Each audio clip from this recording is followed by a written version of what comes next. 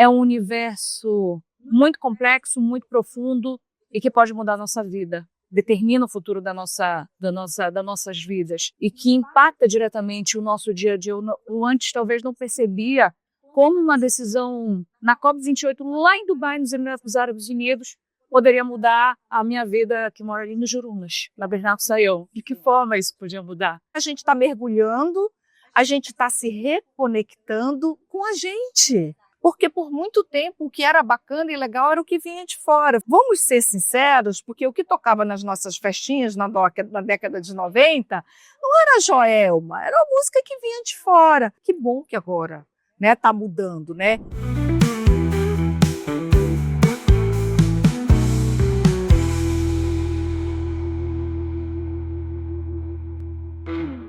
Olá, o Biodiversa está no ar, gravando direto do Laboratório de Comunicação da UNAMA, a Universidade da Amazônia.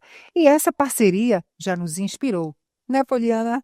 Com certeza! E por isso, hoje a gente resolveu falar sobre comunicação e COP30. Afinal, o que você sabe sobre a COP30 e sobre as mudanças climáticas na Amazônia e no mundo? No tema de hoje é o desafio de comunicar a COP30 e a agenda climática.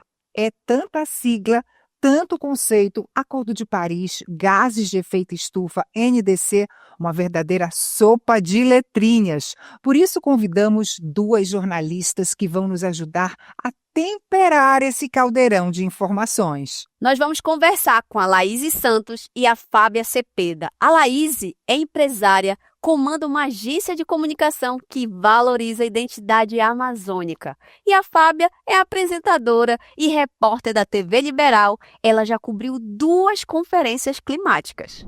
Laíse Santos, Fábia Cepeda, que prazer recebê-las aqui. Sejam muito bem-vindas. Falar de comunicação é com essas duas, né?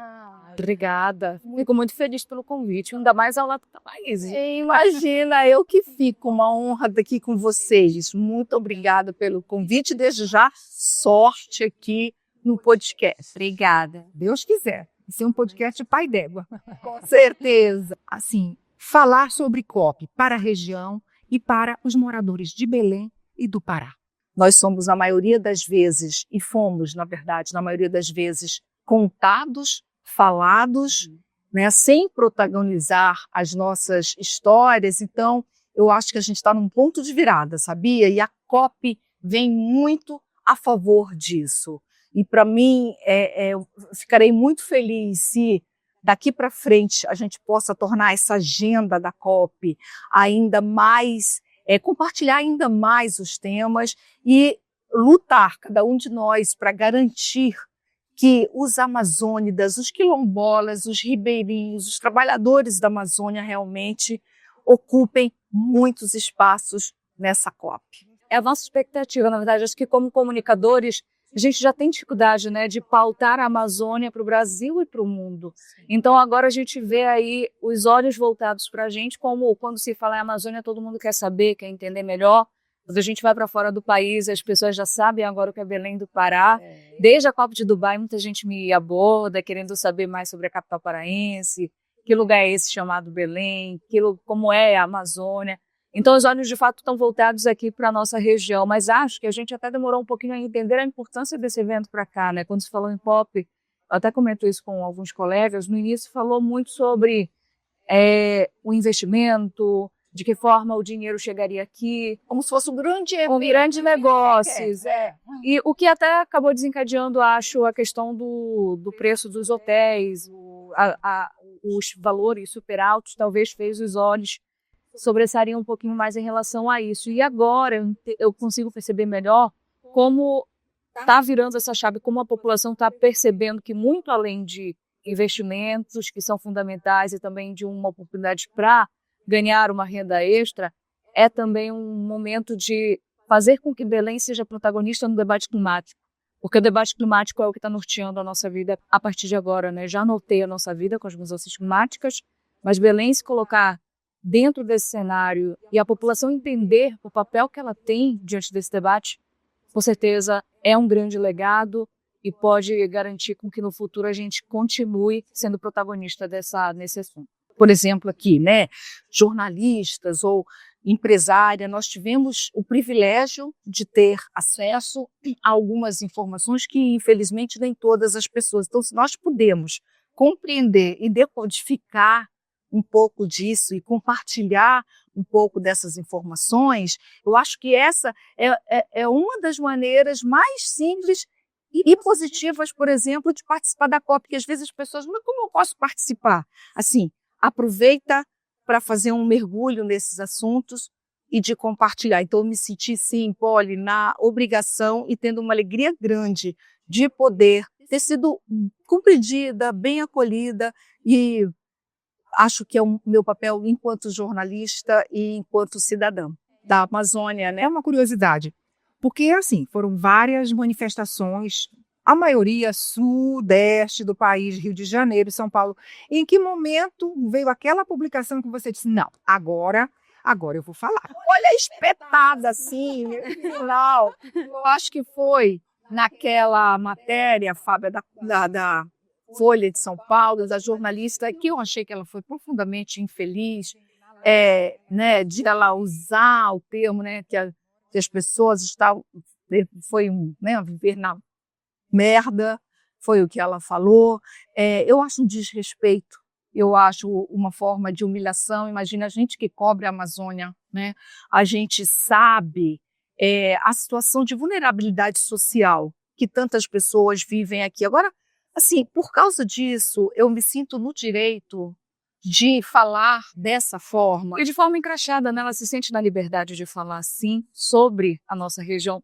Talvez aquele sentimento de superioridade. Total. Abriu a margem para ela escrever o que ela quisesse. Como se ela não tivesse feito nenhuma reportagem ali pela periferia de São Paulo também. Que também tem seus problemas. Não é? Que enfrenta os mesmos problemas. Então, eu penso que temos problemas, lógico, desafios grandes aqui na Amazônia, né? Porque a gente está falando de uma região que, para solucionar algumas demandas da sociedade, são necessários esforços talvez maiores pelas nossas distâncias, pela nossa geografia toda. História de investimentos, falta de investimentos, ocupação durante o período da ditadura também.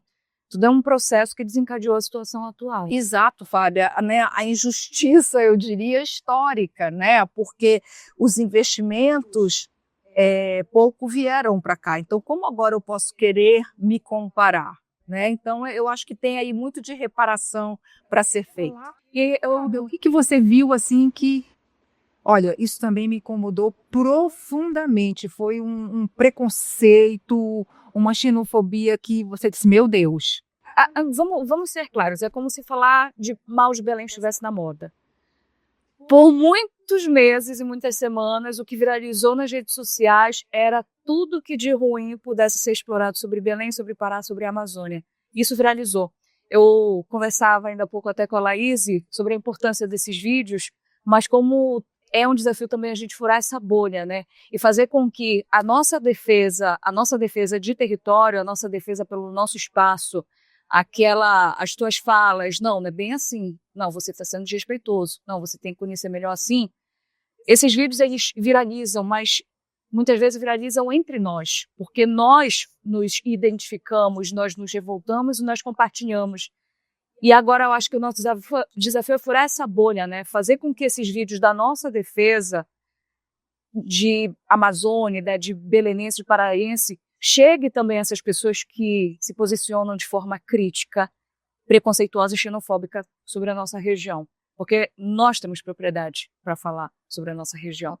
Então, por várias vezes, ao longo dessas últimas semanas, me deparei com essas falas preconceituosas. Os vídeos da Laís foram assim, ufa, alguém está falando por mim. Estou me senti que desabafei agora também pelos vídeos da Laís. Mas, infelizmente, conversar com colegas jornalistas ou então conversar com pessoas de fora é ver que eles continuam carregando essa percepção de que Belém é como uma periferia, a Amazônia é como uma periferia do Brasil, é um local que historicamente não teve investimento, e porque é um lugar tão sem investimento receberia um evento tão grande quanto esse, né?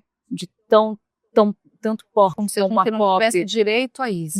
Exatamente, como se nós não tivéssemos direito. Quantos comentários eu não li na internet, chega uma hora que eu parei de olhar os comentários porque já estava me deprimindo, de pessoas dizendo, traz a COP para o Rio, aqui a gente tem hotel, aqui a gente tem não sei o que, tá tudo pronto, é só vir.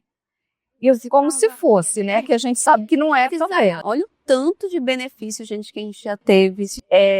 Eu vi a Fafá falando muito sobre uma coisa que eu achei muito bacana, ela falando que o que ela espera depois de tudo isso, desse nosso momento, né, de autoestima, é a contínua ação, a continuação, a ação. Grande parte dessa ação depende da gente, né, de falar. E aí, a comunicação, a gente sabe, é uma ferramenta potente, Nélia, como tu falaste, não só para informar, mas para mobilizar, para transformar. Eu penso que uma coisa que a gente pode muito fazer nesse tempo de COP, que a gente quer difundir tudo isso, é compartilhar em produtores de conteúdo, ribeirinhos, indígenas, quilombolas. Nossa, quantos eu conheci, eu não conhecia. É como se, nesse momento, permitisse que nós fôssemos... Nós conhecêssemos.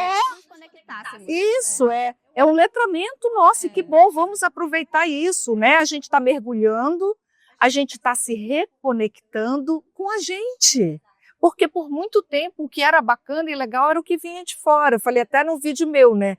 Vamos ser sinceros, porque o que tocava nas nossas festinhas na década de 90 não era Joelma, era uma música que vinha de fora. Que bom que agora, né, tá mudando, né? E assim, é uma confluência de fatores, né, de fatores históricos, de uma nova geração que quer muito também se conectar com essa coisa da Amazônia, natureza, mas indo além, uma coisa que conecta também com espiritualidade, né? Então, tem muitas pesquisas que estão mostrando que há vários fatores que estão nos trazendo para esse momento. É como se coletivamente as nossas fichas estivessem caindo. Nossa, dá uma valorização. Eu tenho essa sensação. Então, ninguém mais... É legal esse movimento nas redes sociais, porque alguém fala uma coisa, todo mundo já vai... Não, peraí, não. Então, isso traz um senso de pertencimento, né? A gente viu até um slogan, nada sobre a Amazônia ou para a Amazônia sem nós amazônidas. Isso é muito forte, gente. Isso dá aquela sensação mesmo de autoestima, isso precisa permanecer. E esse legado aí também depende de nós, essa continuidade, ela depende de nós, né? Que a gente continue se posicionando, que a gente continue batendo de frente, que a gente continue dizendo, não é assim, não fala mal de mim, não fala mal da gente. A gente é assim, assim, assim. Então, acho que se a gente permanecer com essa autoestima elevada, entender que nós temos muito valor e que a nossa região ela tem que continuar, não é que ela merece, mas ela tem que continuar recebendo investimento, ela tem que continuar sendo protagonista e ela tem que continuar sendo vista como parte do Brasil. Se a gente entender e se posicionar e cobrar isso, esse é o legado que a gente vai ter pela frente, fora os investimentos material, mas esse sentimento de protagonista é o que a gente vai levar. Isso que sai impactando em tudo, né, gente? Porque também era uma coisa que me incomodava muito, né? Às vezes ia fazer algumas matérias para a TV, e aí a gente tinha que falar alguma questão amazônica e a pesquisa vinha de fontes de universidades de fora, né? Como se não tivesse mentes brilhantes aqui. O FPA, o EPA, não é? Universidades Periculares. Quantos pesquisadores e pensadores. E agora a gente está reafirmando isso, como tu falaste, né? A gente vê algo que nos toca ali na rede social, porque vem de fora, a gente já, como assim? Peraí. Escuta a gente também, né? Já calma. Não é que a gente quer fazer... a pouco, meu piroco inteiro. Não é que a gente, eu acho também, né, que a gente queira rejeitar. Não, mas assim, vamos compartilhar, né?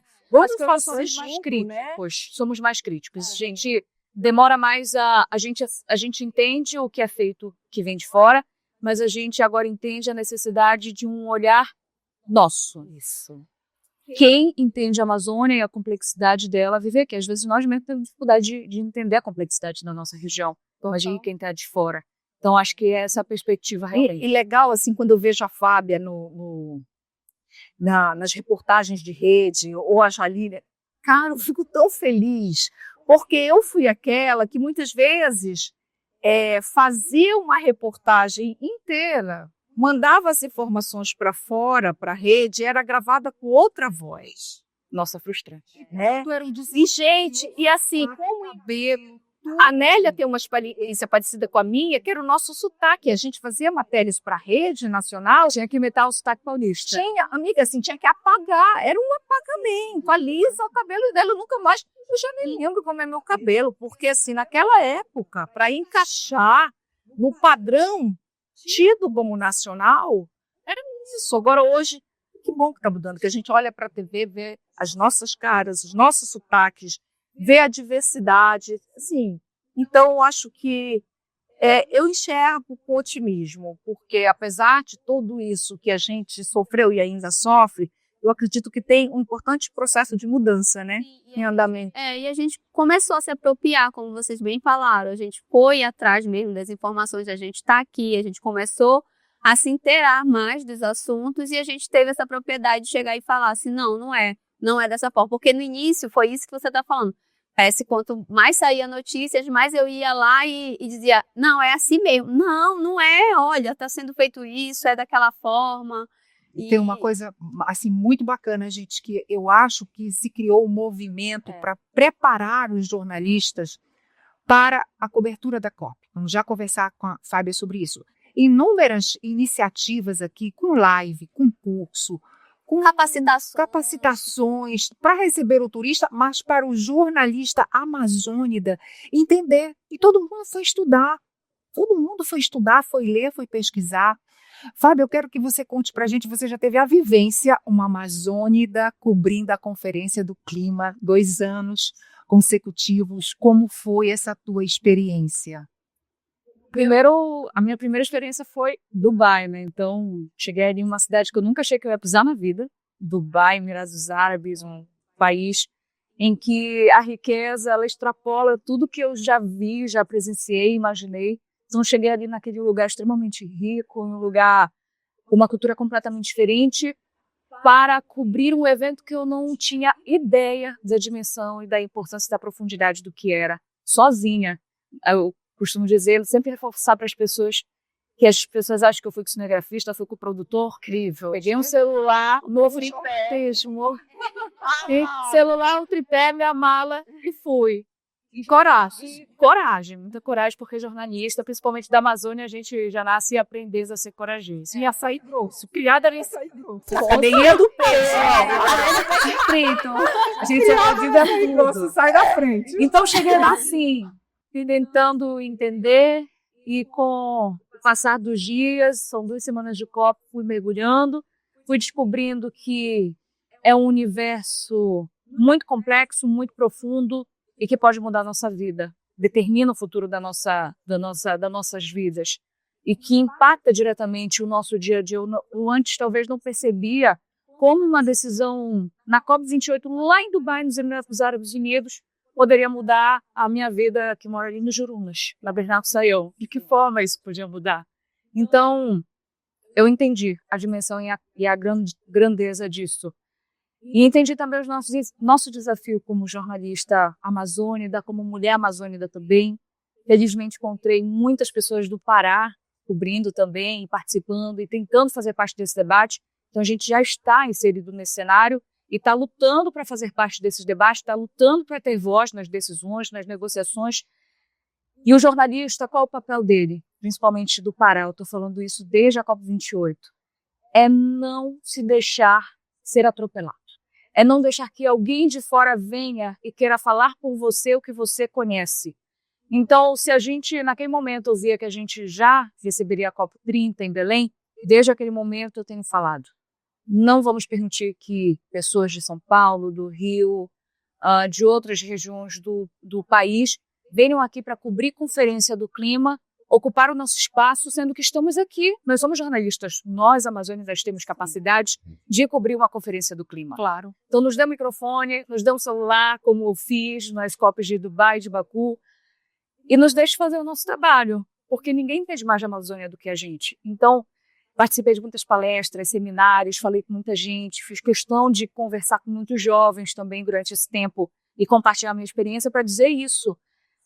Mantenham essa autoestima elevada, entendam que nós temos capacidade como qualquer um. Então, temos capacidade de cobrir um grande evento como esse, na capital paraense, na Amazônia, no lugar que a gente vive e a gente conhece.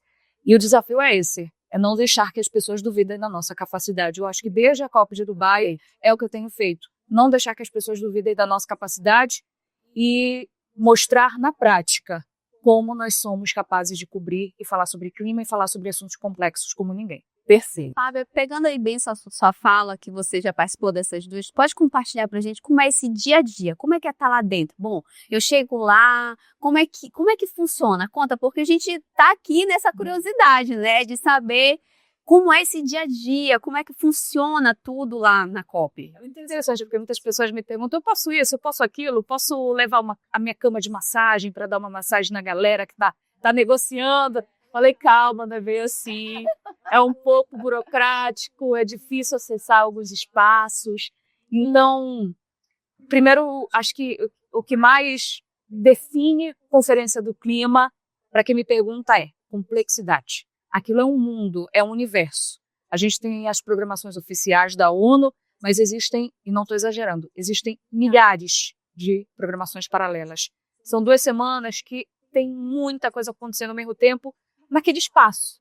E na cidade também. E na né? cidade também. Tem muito evento paralelo e, o bom reforçar, as 3 últimas COP foram em países de governos ditatoriais, ou então que não há uma democracia plena, foi a de Sharm el-Sheikh, a de Dubai e a de Baku.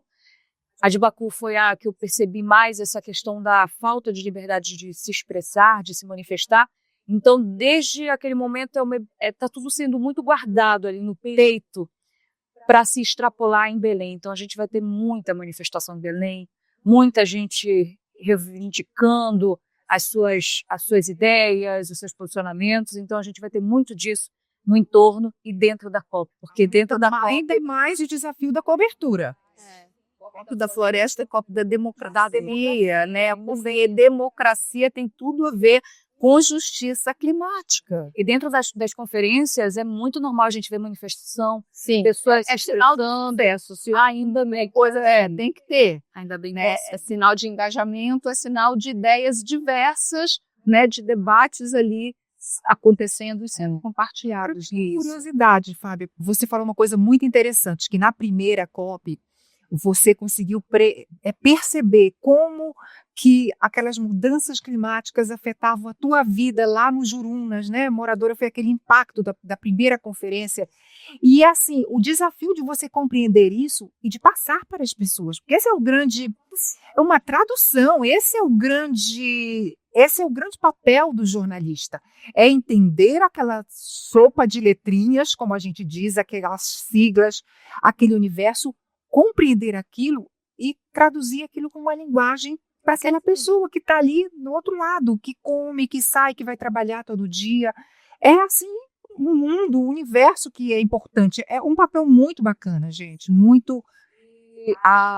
Antigamente, falar de meio ambiente era ser um jornalista especializado. Você é um jornalista especializado em clima. Era um setor separado. E hoje não. Hoje falar de clima é falar do dia a dia. É notícia diária. Isso. É o alagamento, é a chuva que levou telhas com vendaval. É rio seca, é comunidade que sofre, é governo que não leva o dinheiro necessário para dar o suporte para aquela população. A gente traduz assim. A gente, como ninguém, entende sobre mudanças climáticas porque a gente está vivendo ela todos os dias. Em Belém agora, ao ano, a gente estava passando 20 dias, quase 40 dias sem chuva. Eu nunca passei tanto tempo, eu tenho 32 anos de idade. Eu nunca vi Belém ficar tanto tempo sem um pingo de chuva. Então aquilo foi algo assustador para a gente. E agora o que a gente precisa fazer é conectar esses pontos. Olha, sabia que não chover, mas a nossa chuvinha das 2 ou das 3 todo dia pode ter a ver com mudança climática? É desenhar, é traduzir, né? Fazer isso, criar metáforas, e é muito bacana que tem muitas ONGs, que é bacana que a gente siga, né? Aquela história do letramento que a gente falou, muitas ONGs, né, Fábio, fazendo um papel lindo de comunicação. né, compartilhando de maneira muito bacana. Então, eu penso, agora é hora de virar a chave, virar a pauta. A gente veio muita polêmica, só questão estrutural, tal, gente. Falar de clima, aproveitar agora Vamos falar do que para fazer uma está agenda, sendo exatamente, o vamos assunto. afinal falar de clima, né, e aproveitar esse momento e todo mundo contribuir de alguma forma. Vamos para o desafio de Não. alguns termos? Já hora. Mas Bora. antes eu queria fazer um outro para elas, né? Assim, elas falaram muito bem, a Fábio falou muito bem das outras COPs, eles fizeram toda uma análise, mas eu queria que vocês passassem para a gente, quando a gente fala assim, COP30, o que vem assim na cabeça de vocês agora, já passando por toda essa experiência, agora esse ponto que nós estamos? Vem assim, oportunidades, desafios, responsabilidade, tudo isso junto. Mas assim, quando a gente fala COP30, agora vem o quê? Desafios, para mim, desafio é debate climático, justiça climática, né? Hora de as cartas serem colocadas na mesa e de garantir, lutar para garantir que as pessoas que vivem tanto essas mudanças, né, que têm a experiência de viver, de serem impactadas, as que mais são impactadas, né, somos impactados, tem um lugar nessa mesa para debater. A COP30 ela vai ser aquela COP ainda do financiamento que Baku não conseguiu resolver, que na tradução é o dinheiro necessário para ajudar as pessoas que já sofrem com mudança climática, esse dinheiro para preparar essas pessoas para enfrentar essas mudanças sem mortes, sem precisar perder tudo. Belém vai ser isso e vai ser também a COP do futuro, porque se a COP de Belém não for bem sucedida, nós corremos um sério risco de talvez não ter futuro. Então Belém vai ser decisiva e eu acho que vem à minha cabeça novamente aquela palavra do protagonismo. É que Belém, nos próximos anos, seja lembrada tal qual o Acordo de Paris. Seja lembrado o Acordo de Belém como um marco no debate climático e, quem sabe, essa virada de chave que tanto se espera ao longo de 30 COPs, que ela realmente chegue e que as ações elas realmente sejam efetivas. A presidente já disse que é a COP da implementação, né? Já negociamos, é da ação. Agora é hora, vamos cumprir as metas, vamos cumprir as NDCs, que a gente vai já falar o que é a IDC. Bom, bicho, nós já chega. 10 anos aí o Acordo de Paris já nasceu, agora está na hora de implementar, né, meninas? É verdade. Bora pro desafio? Bora, vamos pro desafio. Vamos começar. A gente trouxe um desafio aqui para vocês. A gente ficou falando de COP, trouxemos algumas coisas dentro da nossa realidade, mas a gente quer traduzir isso, passar essa comunicação para o nosso público. Então não tem aquela trend que teve? Em inglês isso é assim, em português é assim, e no paraense? Como é que vocês diriam o que é? Então, o que é a COP? No paraense? Bora, mano, tem que participar, né? Bora embora agora. Bora agora. Vem pra cá. A gente manifesta, né? Vamos participar.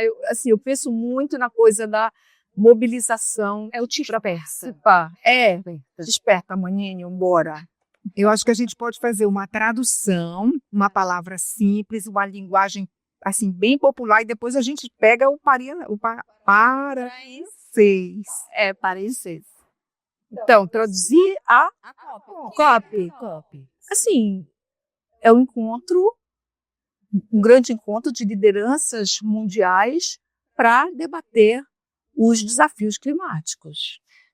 A COP é isso. A COP é o debate do mundo em 2 semanas. São 2 semanas para que todas as lideranças de mais de 190 países se encontrem e digam: o que vamos fazer? O problema é esse. O que a gente vai fazer? Esse problema, né? O que a gente vai fazer para continuar tendo futuro, para continuar tendo país, continuar tendo população? A COP é isso. E agora tem outro. Acordo de Paris. O que é esse acordo, gente?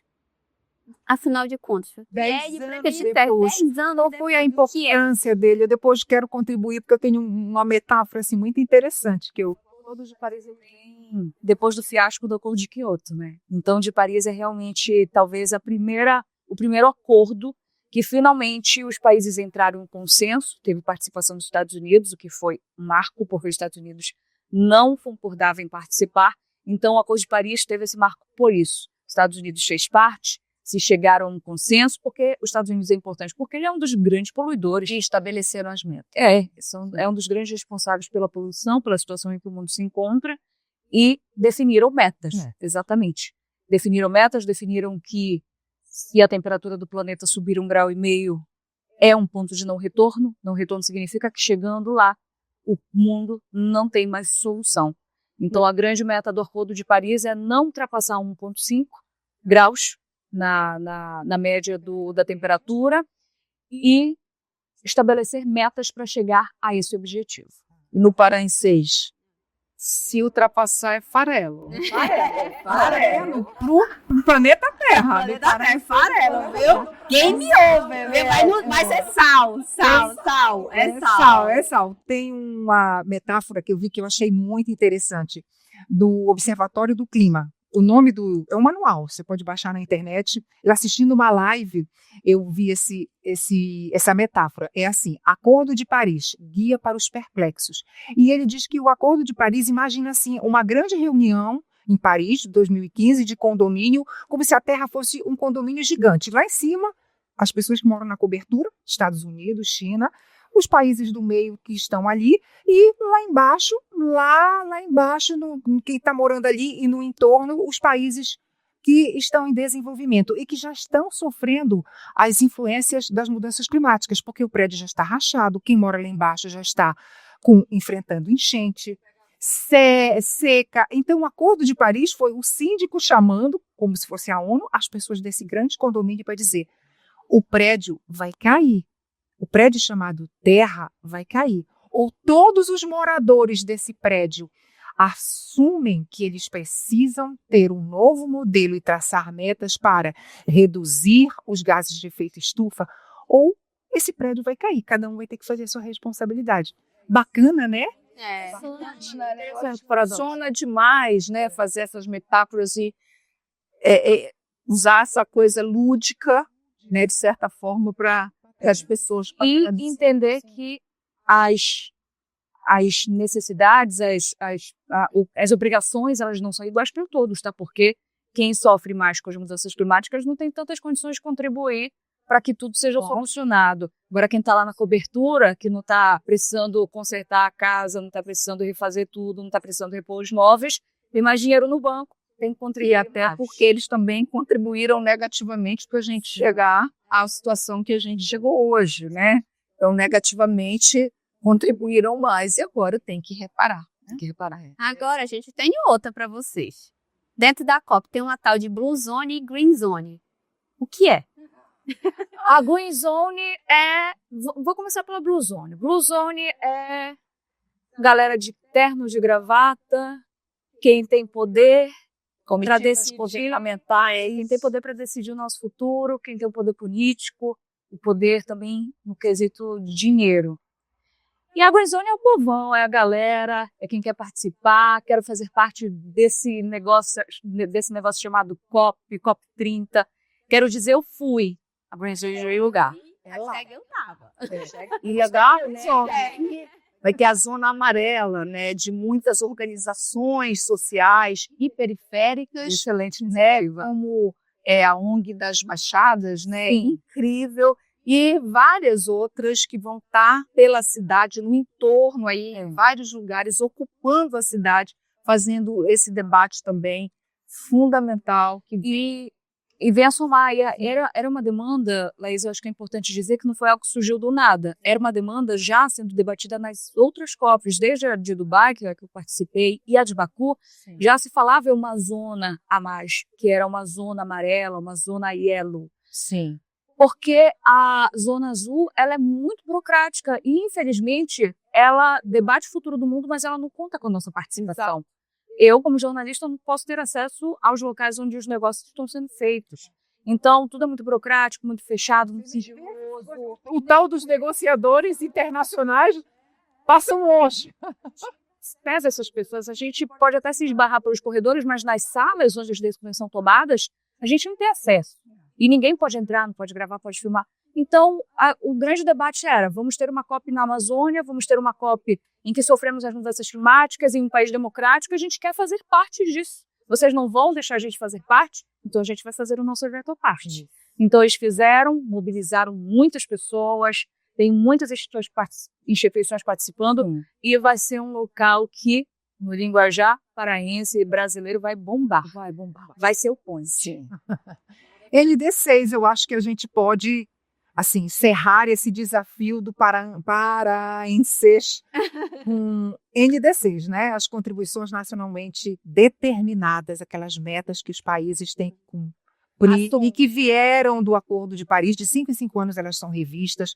Como é que a gente explica isso no paraense? Laís, Eu acho que vamos lá, eu tenho dinheiro no banco, tenho aquela conta ali, e eu tenho que pagar a luz, eu tenho que pagar a água, eu tenho que reformar a casa, eu tenho que comprar comida do cachorro. Então, e eu tenho que planejar meu futuro. Então, a NDC, ela é isso. Ela é toda a tua vida financeira, vida social, ela é tudo que tu planeja e as tuas metas. Sem isso, você não tem um norte. Então, as NDCs para os países é a meta, a gente se propõe a fazer isso. E a gente está nesse nível que a gente chegou aqui, ou a gente não conseguiu chegar, ou então vamos diminuir a meta porque a gente já viu que o dinheiro não vai dar, então a gente vai diminuir um pouquinho para dizer que a gente conseguiu chegar lá em algum momento. As NDCs são isso, então são as metas, as ações, em quanto tempo vai ser implementado. Metas define, né, Fábio? Definem. Acho que a COP ela é isso. Acho que ela define, traduz, sim, né, bem esse conceito, sim, as metas que os países estabelecem. Botão pinduca, né? Alô papai, alô mamãe, passei no vestibular, né? O cara foi lá, ficou estudando, fez o cursinho, se ele conseguiu, teve o objetivo dele alcançado. Passou naquele curso, então ele cumpriu a meta dele. Se não, volta de novo para estudar, né? E aqui no Biodiverso a gente tem um quadro, que o nome dele é Semente, né? Que você planta aqui essa semente, a gente vai germinar ela e colher aí bons frutos pela frente. Dentro de tudo que a gente conversou aqui, a gente queria que vocês deixassem uma semente pra gente. Pode ser uma frase, pode ser o que vocês conversaram aqui durante o nosso bate-papo. Uma inspiração.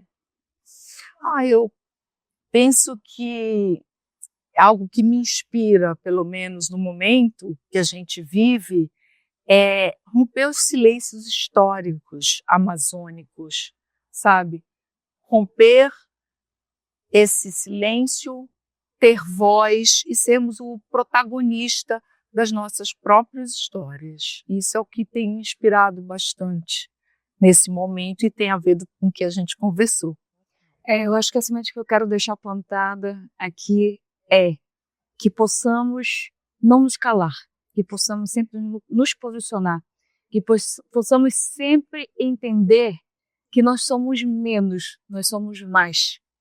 E que o mundo depende de nós. Inclusive, o Brasil depende de nós. Nós somos metade do Brasil, nós somos uma parte do planeta que faz uma grande diferença, precisa estar funcionando bem, e que a Amazônia não é só floresta, a Amazônia é povo, então entender que nós somos a Amazônia. A Amazônia somos nós. E como Amazônias, nós temos importância, nós temos voz e nós temos necessidade de agir. É isso que eu espero. Nos reconhecer, nos enxergar como amazônidas. Parece, é simples, é óbvio, não é. Há alguns anos a gente não se enxergava assim, nem como latinos. Hoje é a nossa grande oportunidade, aquilo que você começou falando, Laís. Já se considerando tudo que a gente já viveu, o saldo já é positivo, já valeu, porque é isso, é aquela autoestima, né? Aquele protagonismo de, olha, peraí, eu faço parte dessa história, eu tenho direito, né? Tenho direito de contar essa história. Respeito é bom e é sempre bem-vindo. Mas, meninas, a gente está aqui para agradecer vocês por esse bate-papo maravilhoso que teve. E a gente amou, não foi? Amamos, muito obrigada, viu? Foi um prazer aqui e muito compartimento, muito conhecimento, muita inspiração compartilhada aqui pra gente. Obrigada. Obrigada pelo convite. E é isso. A gente tem que reunir, debater, conversar, trocar ideias e unir essa força para seguirmos muito mais fortalecidos a partir de agora. É isso, gente. Adorei também, meninas. Amei. Muito obrigada. Sucesso para vocês. Adorei também estar com a farra dessa representante linda dessa nova geração de jornalistas que já nasce. E lá esse bem conectado da nova geração. Minha inspiração é assim. Você também. Torço de você, né? Obrigada. Obrigada. Prazer. Obrigada. Tchau, tchau.